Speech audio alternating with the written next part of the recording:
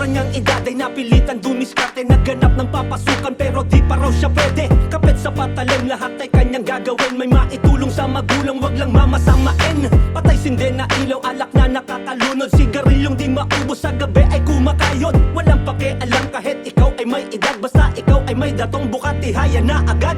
Mababa ang lipad, yun ang tingin ng karamihan. Pero di nila alam kaya pala nangangailangan. Inang may karamdaman, maluba ang kalagayan. Kailangan operahan, matustusan pangangailangan. Alang-alang sa pamilya, kanyang isinakripisyo. Kahit na masira ang dangal, kawalan ng respeto. Bakit hinuhusgahan? Hindi natin siya masisisi kung iba't iba tumitikim sa kanya na lalaki. Sayang ang kagandahan, perlas ng silanganan. Sa kanto ay tinatawaran, nabuhay siya sa kamunduhan. Sayang ang kagandahan, perlas ng silanganan. Kahirapan nais niyang takasan, pero ito ang kinahantungan. Kumakagat na ang dilan, kailangan ng mag-asikaso. Kailangan kong kapalan ng make-up ko sa aking trabaho. Kailangan din maboka, malambing sa customer. Kailangan magaling gumiling, gusto yun ng foreigner. Pag matumal kita ang kailangan pa na rumakit. Papabugaw dun sa kanto, importante walang sabit. Kakapit basta pera na ang pinag-uusapan. Wag mo lang babaratin pero pwede mo na tawaran. Tawagan mo na lang kung ikaw ay magpaparaos. Ipauna mo ang bayad bago pa tayo matapos. Lumiliwanag na kailangan ko nang umuwi. Minsan ay malakas ang kita, minsan naman ay hindi. Di dapat seryosohin, ito ay trabaho lang. Walang pag-ibig sa sikmura na laging kumakalam. Katawan kanyang puhunan at pinagkakakitaan. Kinagista na gawain ng babaeng bayaran. Sayang ang kagandahan, perlas ng silanganan. Sa kanto ay tinatawaran, nabuhay siya sa kamunduhan. Sayang ang kagandahan, perlas ng silanganan.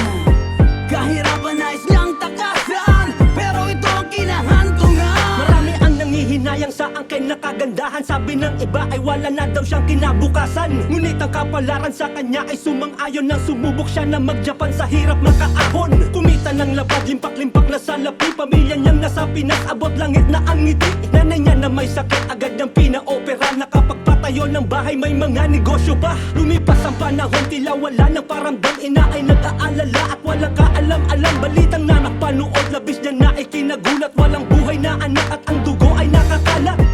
Isa na naman pong Pinay ang natagpuang walang buhay. Hinihinalang ginahasa muna bago pinatay. Ustisya ang hiling ng mga kaanak at mga mahal niya sa buhay. Maraming nabigla at hindi makapaniwala sa maaga niyang pagpanaw, pamilya'y nangungulila. Ustisya ang sigaw, mabigyan siya ng katarungan. Yan ang lagi nadasal, mga mahal niya na iniwan. Sayang ang kagandahan, perlas ng silanganan. Sa kanto ay tinatawaran, nabuhay siya sa kamunduhan. Sayang ang kagandahan, perlas ng silanganan. Kahirapan nais niyang takasan, pero ito ang kinahantungan. Sayang ang kagandahan, perlas ng silanganan. Sa kanto ay tinatawaran, nabuhay siya sa kamunduhan. Sayang ang kagandahan, perlas ng silanganan. Kahirapan nais niyang takasan, pero ito ang kinahantungan.